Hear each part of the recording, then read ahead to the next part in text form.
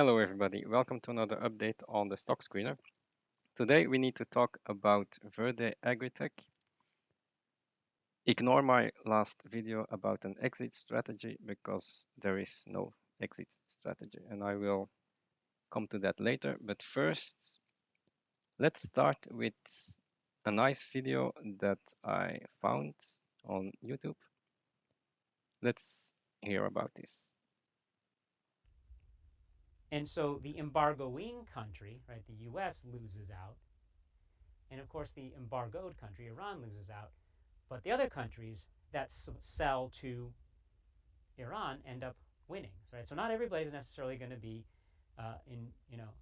against the embargo. Interestingly enough, it's going to depend on where you line up. Right? So if we're trying to understand politically, where countries sit, you know, we have to understand, do they stand to gain or lose from the embargo?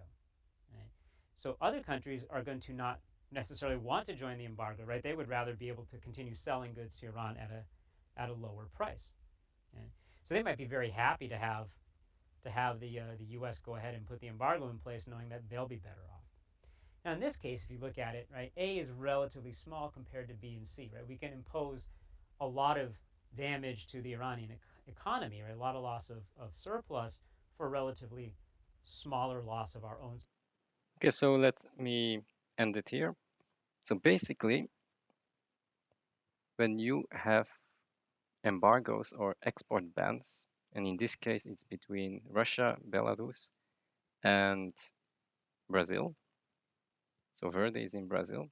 Then you have losers and you have winners. Okay, so these are the losers with a minus sign, and there are the winners. So if you have listened to my other video on supply and demand curves, so this is the supply curve. And as you know, a normal economy has a pretty elastic supply curve. And when Russia and Belarus get cut off on the potash exports to Brazil, then this supply is going to be diminished. And then this curve, as I told you before, will steepen to this curve. So that means that Brazil will get a higher price on potash imports, and of course the farmers will buy less of it. Now, who is the loser here? The loser is Russia and Belarus. So they have banned the export to Brazil of potash. And the other loser is Brazil, because Brazil will now pay a higher price on potash products. Now, who is the winner in this? That's this one. The other one, the third dog, will get away with the bone, and that's Verde Agritech. Okay, they will be able to sell the product potash, which is actually glauconite, at a higher price to the domestic market. And yeah, you have losers and you have winners.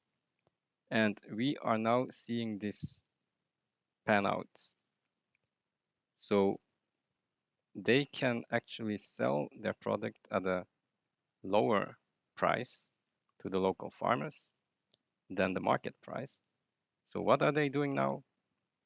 They are increasing their production to supply this gap here due to this embargo that's happening right now. So we had a news release. They are going to increase production with plant 3, and it is going to go to 10 million tons per year. So you need to know the history.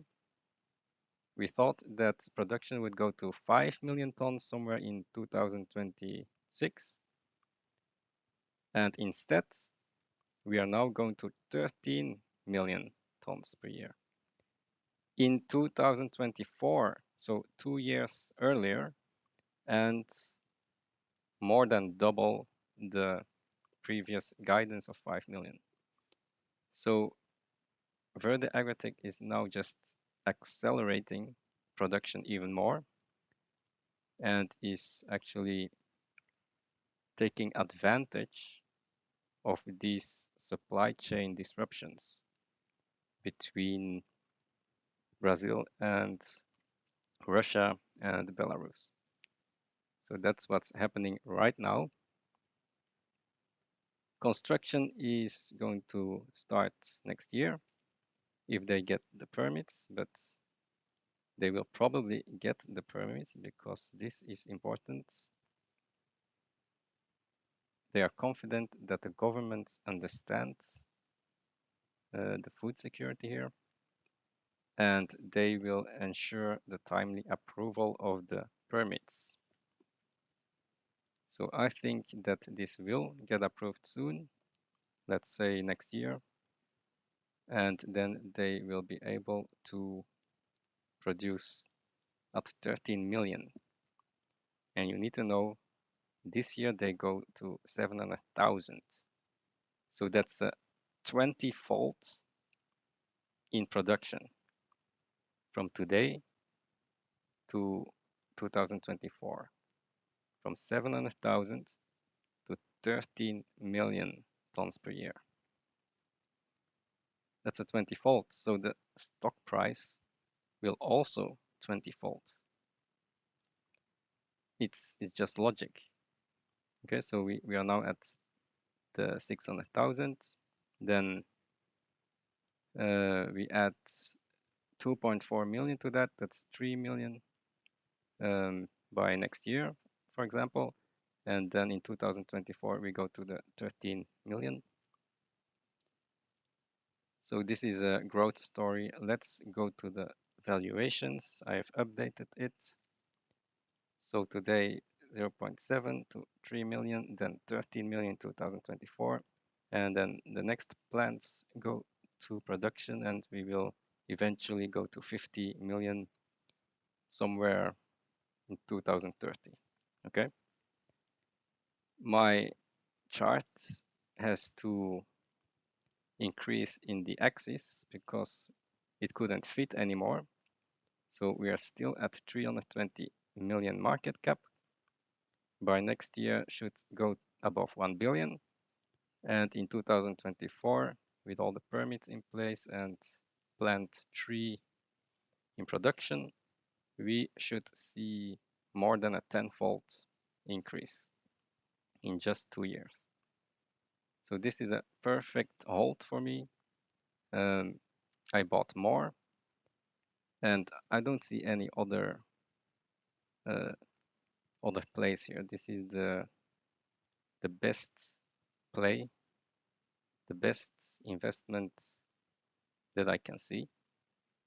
Potash prices are not going to go down, still going up.